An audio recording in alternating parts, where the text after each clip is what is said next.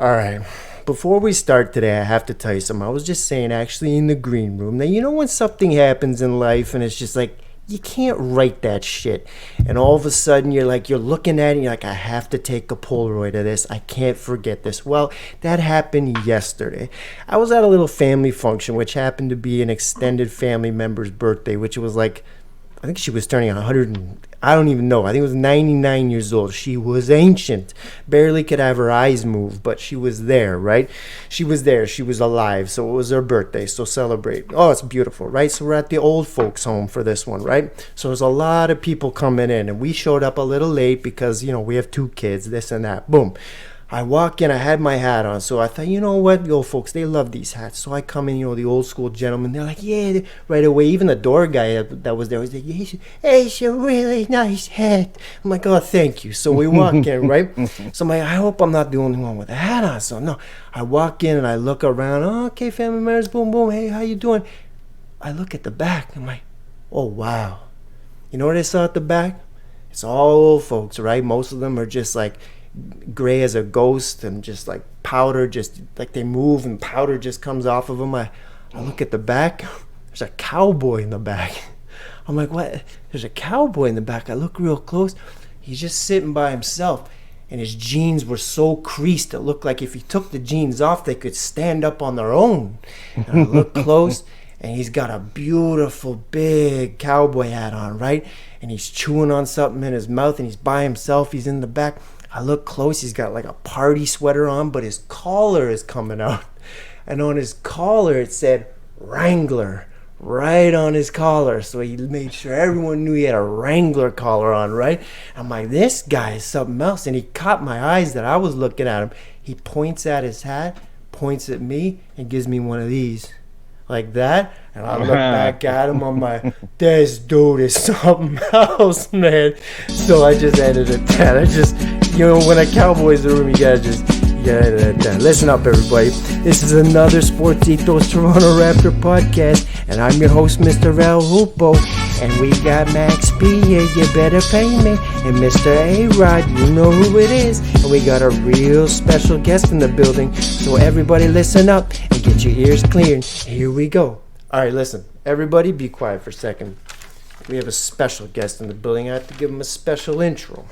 I even wrote down a couple little notes for him. So before I say his name, I want you to know that today on the Sportitos Toronto Raptor podcast, if you enjoy basketball, college basketball, for instance, you're in the right spot, because today, not only do we have a legend in the game of college basketball writing, we have the senior national writer of Heat Check College Basketball, the host of the Heat Check Hangout. If Sherlock Holmes, you know how Sherlock Holmes handles crimes, or submarines handle deep water, or volcanoes handle lava, or like how a pimp handles a hoe, or cluckers are to dealers, or sneakers are to feet, or pizza to sauce, or Italians to olive oil? Well, that's how Brian Rauf is to college basketball. You want to have the pulse on the college basketball game? Just take a hit of him, boom, right in your arm, and you're all in the game. Mr. Brian Rauf is in the building. What's going on, man? Thank you guys for having me. I appreciate it. Sir. Well, thank you for jumping on, man. A-Rod has said a lot of big good things about you, man. So thank you very much for coming on. It's going to be a special show. Yes, I can't wait. Yes. All right. Well, this is what we do, Brian. Usually every show we go over very quickly, but since you're on, we won't be doing a lot about the Raptors. But very quickly, the Raptors did have a game. So this was yesterday. No, it wasn't. It was a couple days ago. The Raptors 123, Hawks 121. And usually what we do is we go around the table and give me one word to describe this game. I'm pretty sure you didn't watch the game, Brian, so it's quite all right. But if you did, you can jump in. So first thing. Did not. I don't even think that when the Raptors are playing at home, they were in Atlanta for this one, but when the Raptors are at home, I don't think it airs anywhere but Toronto. So, which is, it's kind of sad, but it is what it is. One word, A-Rod, hit me. Desperation. Oh boy. Because we need one more win for that pizza party, man. So Brian, way back in October, our coach promised the guys that if they won 3 in a row, we'd get a nice dinner out all the players, all the staff, everything. Since he made that promise, they have not won 3 in a row. They haven't even won 3 in a row all season. No. So we're at 2 right now. 1 more to go, and then hopefully a nice little pizza party. Brian, right. pizza party. Hey, I know. I'm a Charlotte Hornets fan. 3 in a row would be news for a pizza party too. I'm all for it. All right. So desperation. What do you got, Max P? One word. Hit me. Tank. Yep. Because now these wins don't mean nothing. Like it doesn't move me. You know, No. the tank is in. It's official. Yeah. We're just coasting out to the end of the season. So I guess we're not embarrassing ourselves on the way out the door. So that's all right. I like that. Okay, tank. Desperation. I got toothbrush shank. So, those old toothbrush shanks, because we got them right in the end. Just when Atlanta thought they had us, we just tick, got it. And that was it, real quick. 123, 121, game over. So, and that was that. And everybody's on lockdown. Exactly. And everybody's on lockdown. We got the hell out of Atlanta. So that was that. So did anything catch your eye before we move on here? Anything that caught your eye from this game? You know what caught my eye since Brian's a fan of the Hornets. The Hornets have won. I think they won 4 in a row, right? And then they just lost their last one to the Warriors. So that's pretty crazy considering that the Hornets were not doing well at all for a long period of time, right? And they made a couple trades, got Grant Williams in there. Letting the kids run now, I think, too. Man, what's his name? Man. I think Trey Mann is running. Brandon Miller. Yeah. I think Nick Richards is starting still. This is what we'll do. Is we're terrible in position for a good draft pick, win enough games to not be in position for a good draft pick. Oh man! Oh man! It's just a formula. Was Grant Williams on the Hornets when he started that fight the other night? Mm-hmm. Yeah. Okay. Yep. Okay. Good stuff. Good stuff. It's I love your coach. Your coach doesn't fuck around. Yeah.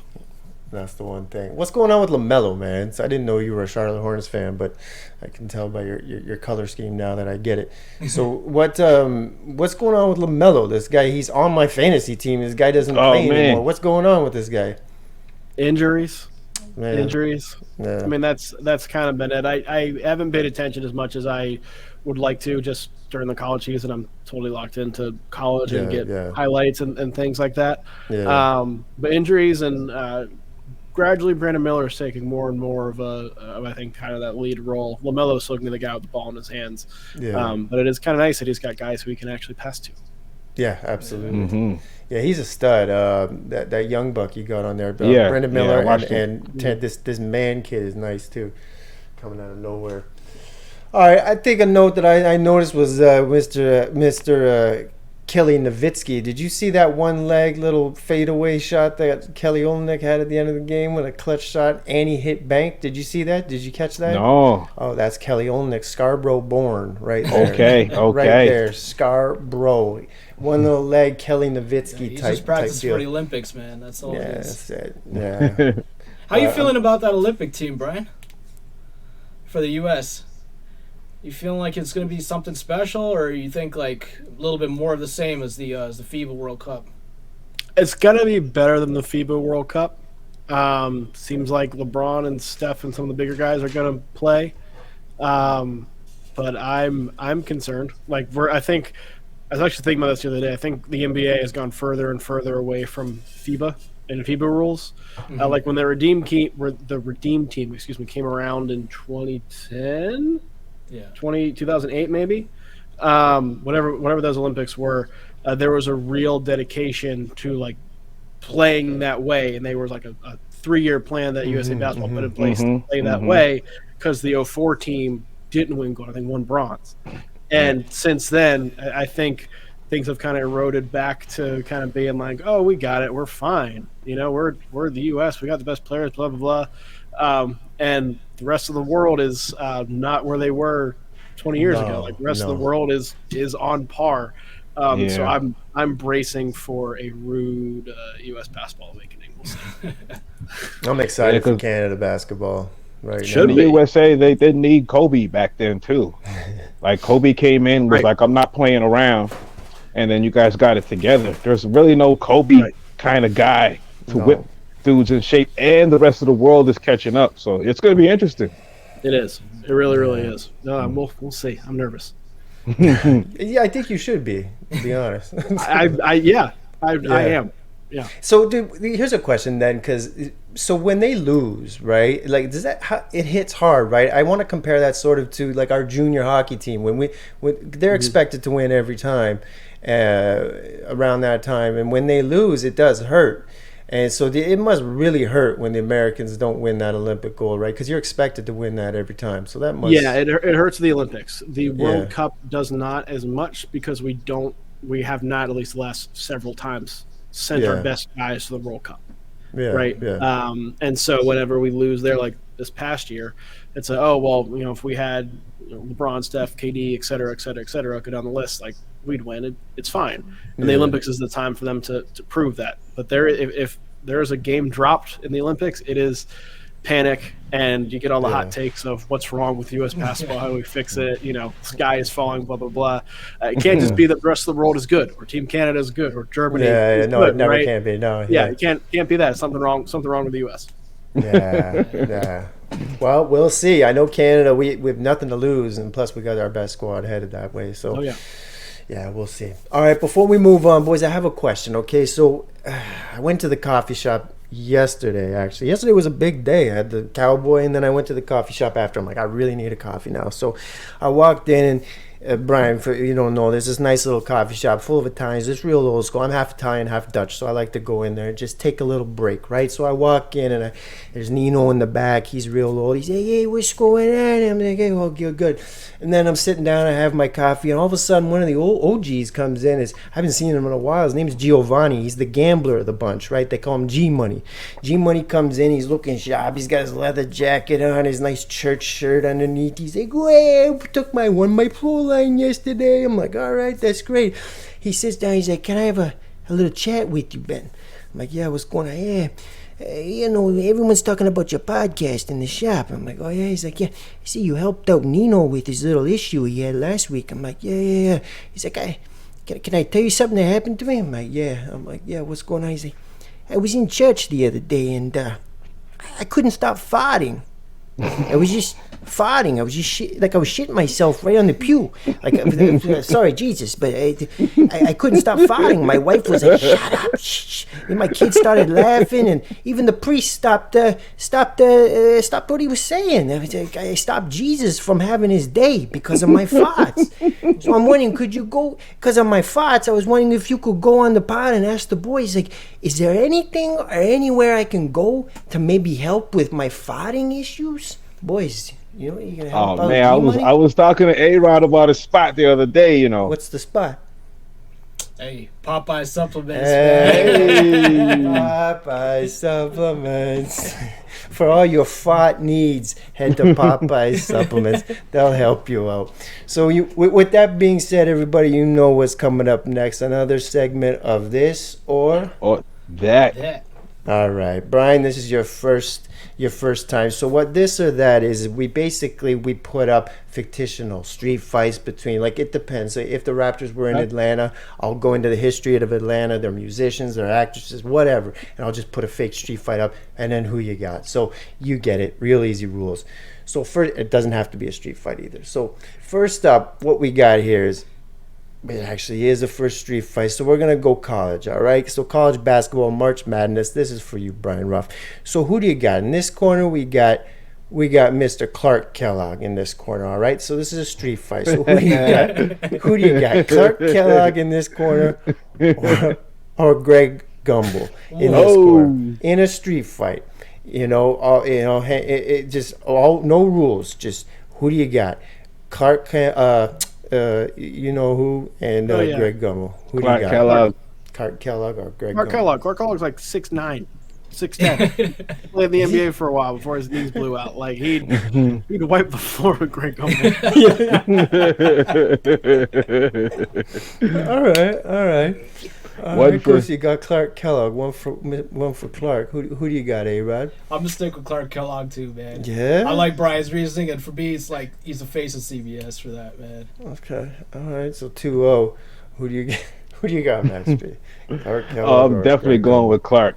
Yeah, Yeah? Clark got some pent up energy, man. I think he thought Greg would have been gone by now and he would have had his seat, but Greg's still here. I'm getting Nah, old. Oh, he'd nah. knock him out so fast. I don't know about that, man. So okay, so it's 3-0. I'm going with Greg Gumbel, and the reason Okay, you go old school. the reason I'm going with Greg Gumbel is like, listen, look at that hair. That's the old Greg Look, Gumbel. That's the Greg Gumbel that's Greg Gumbel right there. that So might have had a chance. no, he still has a chance. You can see it in his eyes, Chico. The eyes don't lie. And I'll tell you what, he just laces them up. He's got one fight left in him. I'm telling you. I don't care that whatever his name is, Clark Gable, whatever his name is 6'9". Clark Kellogg, sorry. So, anyways, I had to give that one to Mr. Greg Gumbel. So, anyways, 3-1. Yeah, that wasn't even close. All right, next up. Who do you think? So I noticed that you are an alum of University of South Carolina. I did a little bit of research. And all I know about South Carolina is I took a Greyhound there for Myrtle Beach for spring break back in the day, and I don't remember too much. And that so tends to happen in Myrtle Beach. Yeah, beautiful spot. So I did a little research about South Carolina. I said, okay, look at this. I had no idea this guy was from there. So I'm putting these two guys up. Who do you think in their heyday, all right, in their heyday, on top of their game, got more play, got more girls, got more ass, okay? Who do you think? So we got Joe Frazier, who's from South Carolina. Rest in peace. All right, Joe Frazier against Teddy Pendergrass. Teddy Panties on the Grass. I think that picture tells you all you need to know. Yeah, I was just gonna say that. All right, let's start with A-Rod. Who do you got, A-Rod? You got Joe Frazier. Pendergrass, man. You going with Teddy P? I'm going yeah, man. That mink sweater or that mink coat rather. Whew. I know. I mean, look at the size of that ring too, the pinky ring, man. I mean, that kind of says it all, man. Yeah, that thing's blasting right through my screen, man. Yeah, that ring says a lot. All right, 1-0 for Teddy P. Who you got, Max P? Joe Frazier or Teddy Pendergrass? Definitely Teddy P. Yeah. Remember Menace to Society in the beginning, where the parents are having a party and he's still young and he comes out of his room? Yes. And he's like just a little kid around grown folks partying. Yeah, like when I was growing up, Teddy Pendergrass was playing in that scenario. Yes. You know? And that 70s, late early 80s era was wild stuff. From what I can remember as a youngin', I can only imagine being a grown person in Teddy Pendergrass's era. Actually being in the slacks of Teddy Pendergrass, exactly. All right, 2-0 for Teddy P. Who do you got, Brian? Joe Frazier or Teddy P? Who got more play? Teddy P. Again, you saw that picture. You saw the picture. Yeah. That's all you need to know. Yeah. Well, so 3-0. That is all you need to know. But I'll tell you what. Joe Frazier, I did a little research. I'm not going Joe Frazier. I'm going Teddy P. But Joe Frazier also, he got his. For sure. Smoking Joe? It's documented, too. Even his ladies were like, yeah, go ahead, Joe. And they let him go. But Teddy P, anybody that has a song that starts like this. Yeah. Yep. You think for 1 second that this guy didn't fuck the entire country of the United States of America for 1 second, and his name is Teddy? Yeah, he definitely got a Wilt Chamberlain record. Game over. Teddy P. Sweep. All right, that was easy. All right, we're going to stick with college basketball here. Brian, who back in the day, I don't know your age, I'm not going to ask you your age live on the show, but I'm 43 years old, and I come from that 90s, early 90s, lineage. We all kind of do. A-Rod's a bit of the baby of the bunch here, but who do you got? What was more influential, do you think, in these days for just branding and the cool factor? Was it the Fab Five? Was it the Michigan? Was it the Black Sox? Was it the baggy shorts? Was it the Jalen Rose? Was it the Chris Webber? What was cooler? Or was it the Jerry Tartanian UNLV running Rebels vibe that was happening back in the day with Larry Johnson and Stacey Ogman. Yeah, man, and the old school. I remember that jacket. Remember those? Yeah, man.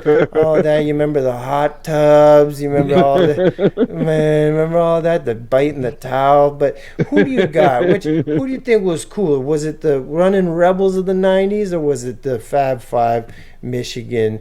Enough said. I don't need to explain it anymore. Anyone can jump in. But Brian, I think you want to take this one. I would say Fab Five. I think that's the toughest one so far, and a really good comparison that I don't think I've made before. But that's a really good one. I think you could really go either way. Fab Five, though, the impact beyond just basketball with the shorts too, which I think we all owe a big thank you to them. I would go Fab Five slightly. Yeah, I know it's kind of tough, right? Yeah. All right. So 1-0 for the Fab Five. A-Rod, who do you got? I'm going to go with Fab Five too, only because I still have friends to this day that support Michigan solely because of them. Yeah. And I also think Fab Five was more popular up here just because we're closer in proximity to them, right? UNLV, although they were just big back in the 90s, we never really got a lot of their games or coverage. At least here we had a little bit of that Michigan coverage, so I'm going to stick with Fab Five. Yeah. All right. What about you, Max B? That's 2-0 for Michigan. Oh, it's almost impossible for me to pick because UNLV is how I started watching college basketball. Yeah. Them beefing with Duke was how I got introduced to college ball. I used to see the Big East games and stuff, but I didn't pay too much attention. The UNLV getting to I think it was back-to-back. That was when I started paying attention. But but I gotta go with Michigan because I'm like you said, A-Rod. I'm one of those guys that still roots for Michigan to this day because of the Fab Five, Yeah. And they used to play all those Michigan Wolverine games of college football on TV like they were a local team. Holy shit! I remember for me, I had we took a trip to Ottawa. It was just a school trip, and I think it was grade 8, so I was 12 years old, so it was 92, and I think that's about the time that UNLV was hitting pretty hard. Yep. Anyways, and I bought a bunch of UNLV gear. I don't even know why I did. I had the UNLV shorts. I had a bunch of UNLV gear too. Shirt, I had the jacket. I had all this UNLV gear, and I didn't even know why. It was just it was the move. That was the wave back then. Yeah, and it was. But then, so they did have a lot of pull. UNLV had a lot of pull, but when these boys hit though, when Michigan hit, and when it was so close to home, and the black socks and the yellow shorts or whatever, I don't have to explain it any more than that. I'm going with Michigan, man. I'm going with Fab Five, even though UNLV was nice, real nice. All right, cool. We got a fight here, and we're gonna start with you, Brian. In this corner, we got Duke fans, just Duke fans in general. Okay, so if you were to have a world war, okay, and you had this is World War III, and you got in this corner the entire army of Duke fans, okay, in one corner, and then on the other corner you got an entire army of UNC fans. Okay, and they are about to go to war like it's Rome, like it's back in the day, right? Who do you got? UNC fans or Duke fans? Who's winning that war? Can I go with neither? Oh, they slap. I don't know if you can. Yeah, not to get too much in this. So I grew up in Raleigh, which is right in between Duke and UNC, right? Okay. So I grew up a Duke fan. I am now neutral college basketball party, but grew up a Duke fan. A lot of my friends went to North Carolina. North Carolina fans, they have a reputation as being a wine and cheese kind of crowd. Really? You don't get that reference. They are older, a little bit more gray, a little bit slower moving. Less rowdy, I wouldn't have known that. Yeah. Meanwhile, I think Duke fans have really gotten soft the last decade plus. The Cameron Crazies are not as crazy as they were certainly several years ago. I may lean UNC fans just because there's more of them. But I think you put both those fan bases against like a Kansas or a Kentucky, and they're both getting curb stomped. Both of them, you say? Interesting. Yeah. Okay, I like that. That's cool. That's cool. Yeah, that's some info. That's some info. I did not know that. Because I should have told you off the top. I know nothing about college basketball, by the way. I'm pure just pro ball basketball. I don't know a goddamn thing. A little bit. So I'm not even going to act like I know. So every little thing you're saying here, you're the G.O.D. when it comes to this, okay? So, all right, who's up next? A-Rod, hit me. I'm going with the UNC fans, man. I can't go with Duke, man. I cannot. My bones won't let me. But I will say this, though. In relation to what Brian was saying, I've been to UNC and I've been to a Chapel Hill game. Like, I've been inside that building. I watched them play Gonzaga when they're both top 10 ranked a few years ago, back in like 2018. It is a bit of an older crowd. They are like a very interesting crowd, but man, the energy in the building was great. Duke, I'm not sure, how the fans would match up with the UNC fans, but I do agree with this point.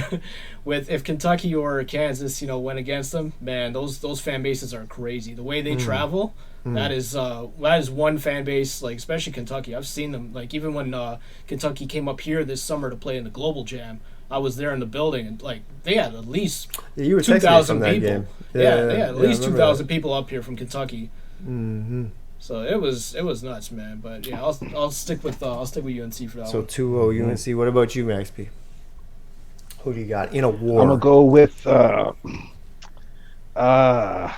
have to go with UNC, even though that is interesting that they are the wine and cheese crowd. I did not know that. If I had to, like, from the outside looking in, I would have guessed that would have been the more, the typical down south country folks. That's what I would have thought too. I would have thought Duke would have been the more uppity folks. That's NC State. Like there's a weird divide, and so there's the three schools, right? There's NC State and UNC, which are the two public schools, and Duke's the private school. So Duke does have more of the uppity. There's a lot of people from the Northeast section of the United States that end up going to Duke, and then locally you have kind of the more uppity going to UNC. And the more salt of the earth type end up going to NC State. Well, NC State's that one that you're thinking of. And if they were any good in anything, I think you can hear more about NC State fans, but they're just routinely mediocre in everything across the board. Really? Well, I can only imagine the politics like involved with a UNC in North Carolina. Like, how are you supposed to get in? Like, I can only imagine. Well, I'm gonna go just by hearing all these facts you're spewing out about UNC. I'm gonna actually go with the old crowd too. And who went to? Was it Christian Laettner went to Duke, right? Duke, yes, he went to Duke. I can't ride with anything that you Laettner was on. You already know. Yeah, so I just can't. Even though you know enough about college ball, Paul. Well, I know the little parts, and Bobby Hurley too, right? He went to. He was another one. Much respect to his dad, though. I read his book, Miracle at St. Anthony, about Bobby Hurley's dad coaching high school basketball in New Jersey. I just want to give a big salute to that, to him for that. Like he's a legend for that. But I just can't ride with anything with Christian Laettner. And also the fact that you're saying they're a little older and a little grayer, that means that they have some knowledge, they have some wisdom behind them, so they'll be able to like hide the pipe somewhere in their back pocket without anybody knowing it. Boom, you're done. So yeah, I'm gonna go clean sweep UNC. So, nice. All right, so up next I just wanted to give some shout outs, and again, I don't know much about college basketball, but I know one thing is Dean Smith is a legend. And I wanted to ask you, I wanted to put two coaches, and I wanted to see if you could, who do you, in your mind, was the more legendary coach? Was it Bobby Knight or Dean Smith? And I'd like to know why. That's a and rest in peace. Yeah, rest in peace, yes. That's a really, really tough one. Locally, I think like being in North Carolina, Dean Smith would be the correct answer. But I think on a more national landscape in terms of the game as a whole, I think Bob Knight, the character he portrayed, the level he had Indiana at, and what Indiana what basketball means in the state of Indiana. Excuse me. I would have to go Bob Knight, like the slimmest of margins, partially just because of the character that he played and was. Yeah. He's a legend though. Dean Smith was, what would you say, one of the greatest coaches of all time? Oh yeah, they're both top 5. Like you're splitting hairs up there. I just think Knight's impact largely was just a little bit bigger. Yeah, I just wanted to pick your brain on that. I didn't want to make a competition out of that. But what do you think, A-Rod, if you had to? Yeah, I mean, there's no if you had to pick, but you got anything you want to add to that? No, I'm pretty much good with that. I'm pretty content with that answer that Brian gave. I mean, all right. Well, listen. If you have a lot of farting issues, gas issues, you're gonna head yourself over to Popeye supplements, okay? Because this was another segment of this or that. All right. Usually at this point we go around the NBA, but since we have you here, Brian, and I want to take a lot of your time up, we're gonna go around the NCAA, and because March Madness is on its way, and I'm sure that's on the top of your brain as we speak.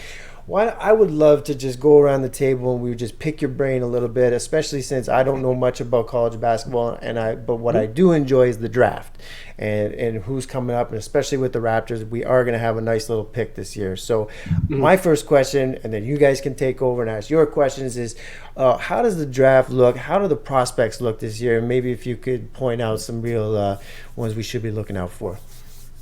Draft is not good. To be blunt, at the top, the draft is not good. I think there's going to be some value you can potentially get like in the second round. I don't think there's much difference between like mid first round picks and mid second round picks. I don't think there's a huge difference in talent there. But the top of this draft, I think, is the worst since the Anthony Bennett draft, and it's the first draft. It's the first draft since then when you don't know who the top pick is going to be or the top couple picks, right? This isn't the Wemby draft. This isn't the Zion draft. This isn't the Anthony Edwards draft. The draft where you can name somebody and that's how you know the draft class it is. This class doesn't have that guy or even those guys, right? So you pick at the top of this. I think you're looking to find a starter, right? Like a starter on a championship contending team. That is going to be kind of the ceiling, I think, in the draft. I don't know if there is that superstar. There's certainly no surefire superstar, all-star guy with that potential. It might be there, right? No one thought Tyrese Halliburton was going to be that guy when he came out of school, right? Even though he was a top 10 pick. So that guy might be there. But I don't see anybody who has that kind of upside or potential. But you look at there are a couple guys. Jacoby Walter for Baylor looks like he can be a solid starter in the league. His teammate Yves Missy, big guy, I think has really good potential as well. People really like Stephon Castle from UConn. I think he has potential to be very good. Kentucky's got a stable of guys. They have a guy who, if you haven't seen him play, I would encourage you to watch Kentucky just to watch Rob Dillingham play. He is Jamal Crawford 2.0. Oh wait. And he's a lot of fun, really good offensively. He can get you a bucket whenever he wants to. He's going to go higher than he would otherwise because of that and because of how bad this draft is. He's not good defensively at all. Doesn't really care much about playing defense. But he will get you a bucket however he can, and he will score like 10 points in a minute. And there's a lot of teams that would want a bucket getter, I tell you. Exactly. Yeah. Mm-hmm. How about this kid? I'm looking at it right now. But what's your take on? They have Cody Williams as the projected number one pick. What's your take on him? Yeah. He fine. He is not carried Colorado. Like he went to a non-blue blood school. He went to Colorado, which is fine. Colorado was supposed to be good this year. I have a couple of guys who are going to get drafted this year. I would think up to 3, potentially going in the first 2 rounds, which more than Colorado normally has. They're not a team that produces a lot of NBA draft picks, not a historically good basketball program.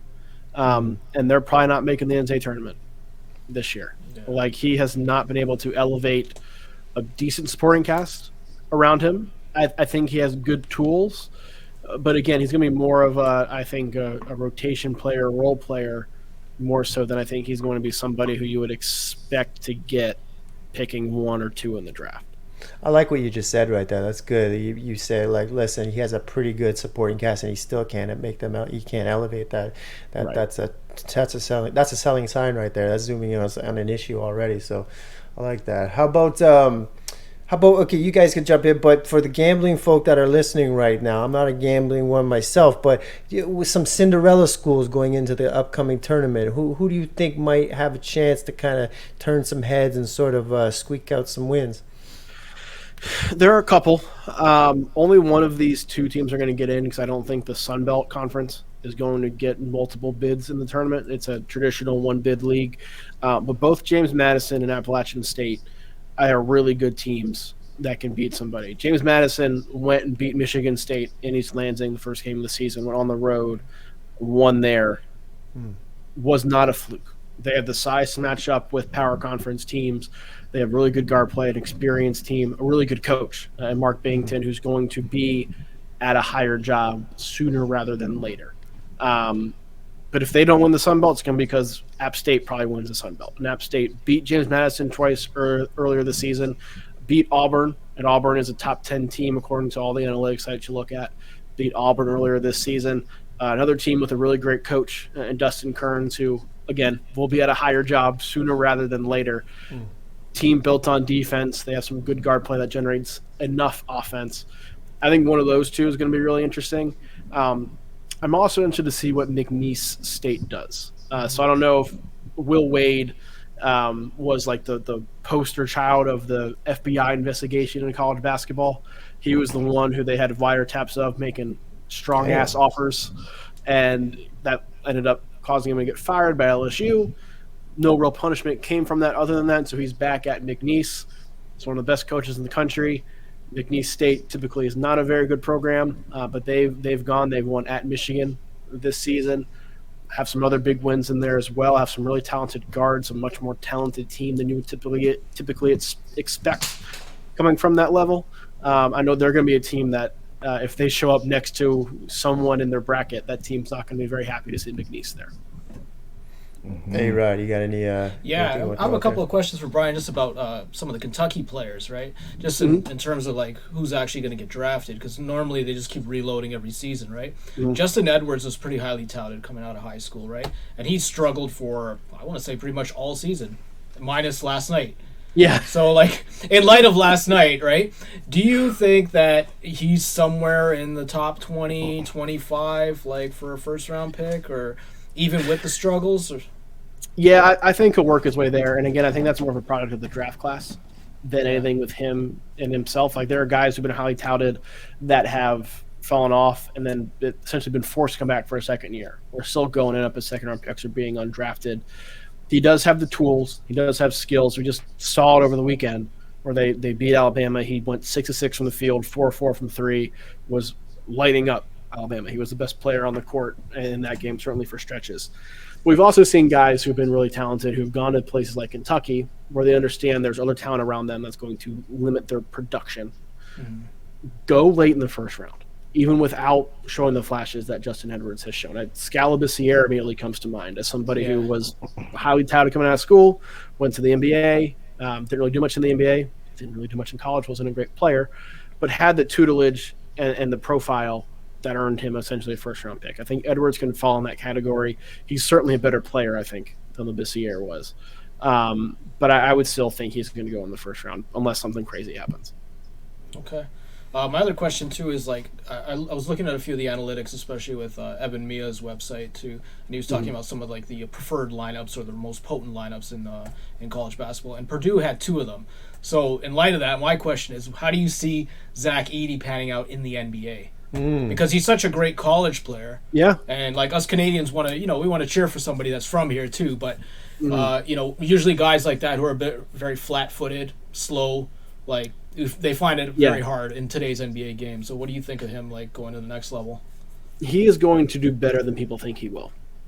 He's certainly not fleet of foot or anything like that. He has also gotten to the point where he is not a total liability guarding on the perimeter.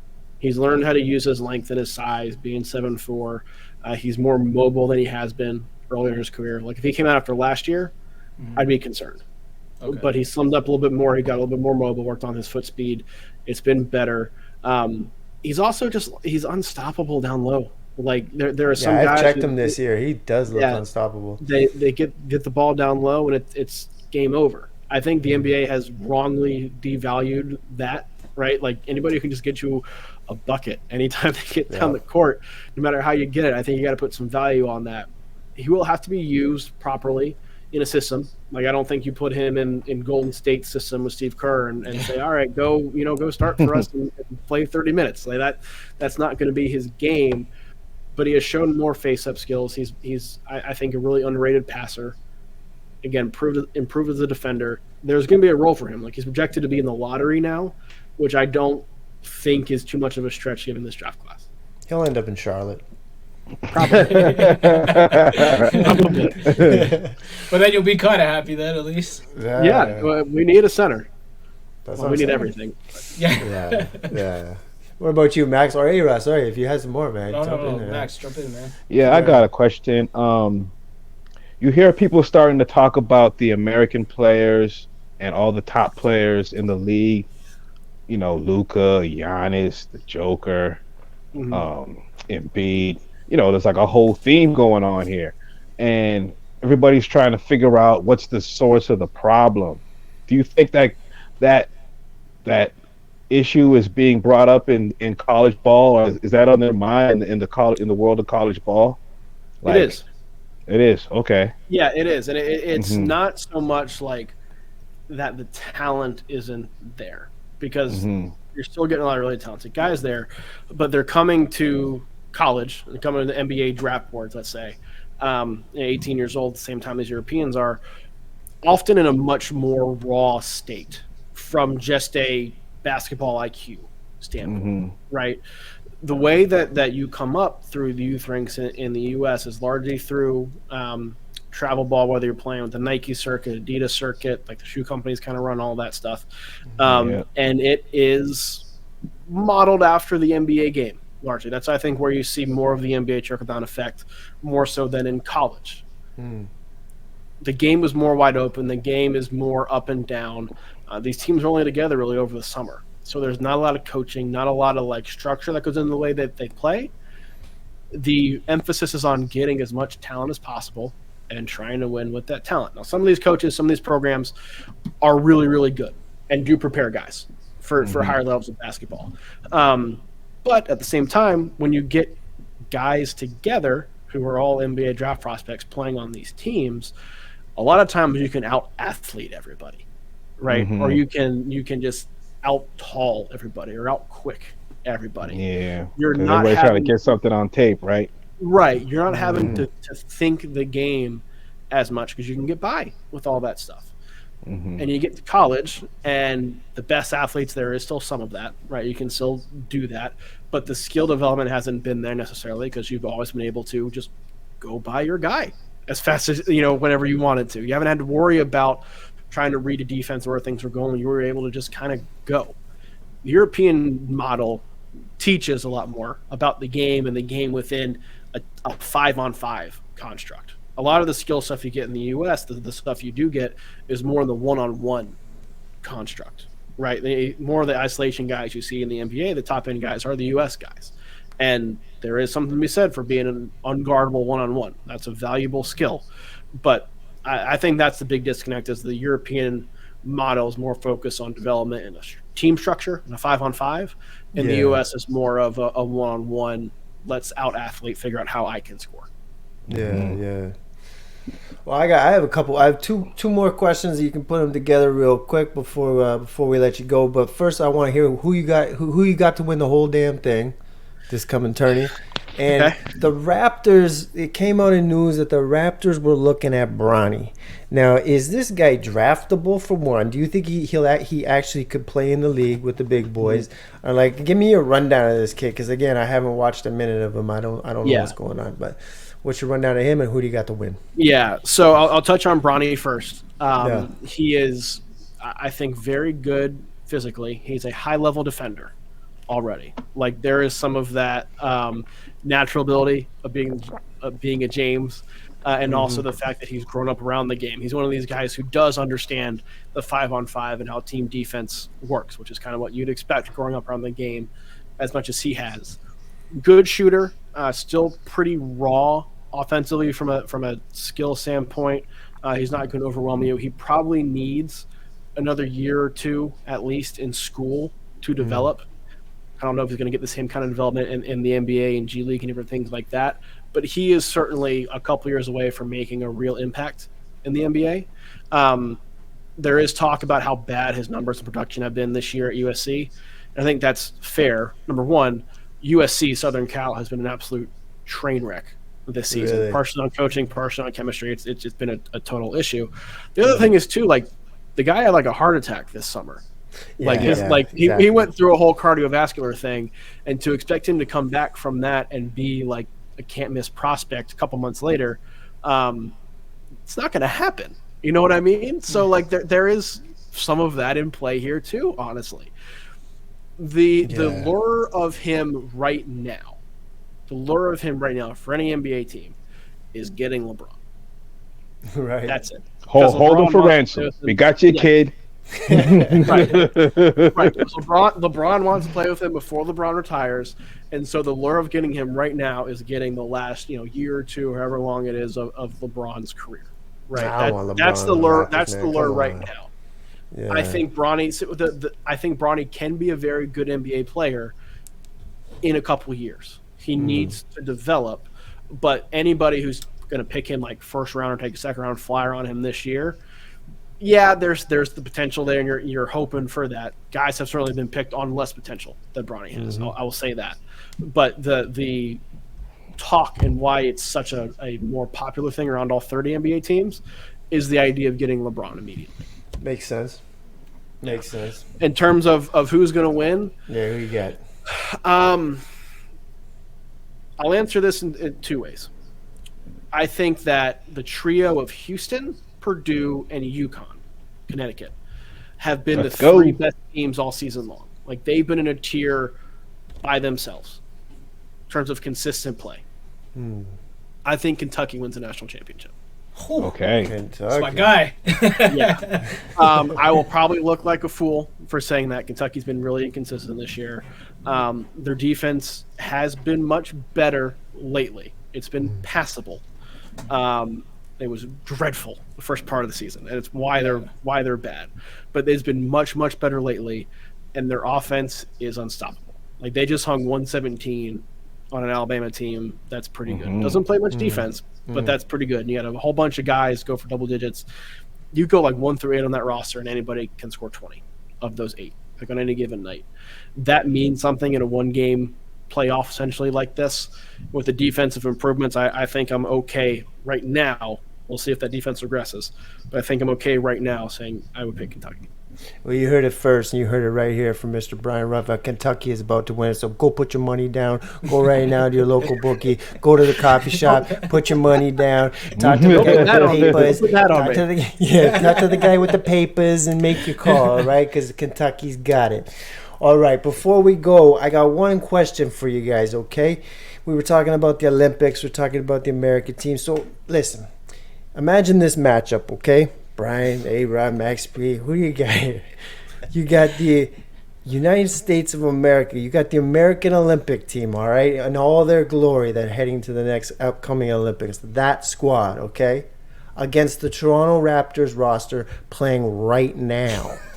Who do you got, boys? You got the U.S. Olympic team in their glory against this Toronto Raptors team right now. Who do you got? I know it's a tough one, but who do you got? The Raps. All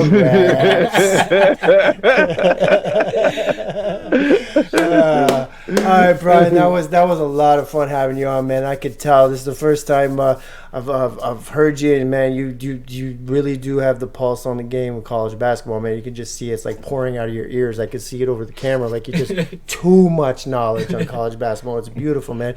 Thank you so much for coming on. It was an absolute pleasure to have you on it. I would love to thanks for the info, man. Yeah, I'd love to pick your brain again at some point, have you back on. But please take the stage and let everybody know who's listening right now. We got listeners in Iran. We got listeners in Africa. We got listeners all over the goddamn world that are listening right now. And where can they find you? Yeah, appreciate you guys for having me on. You can find me on heatcheckcbb.com, heatcheckcbb.com. On Twitter at brauf33. It's BRAUF33. We got a lot coming down the pipe. We're getting ready to turn to March. It's on Friday.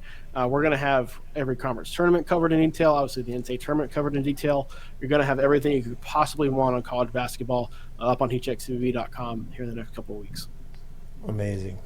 Well, let's give a big salute to Mr. Brian Rauf.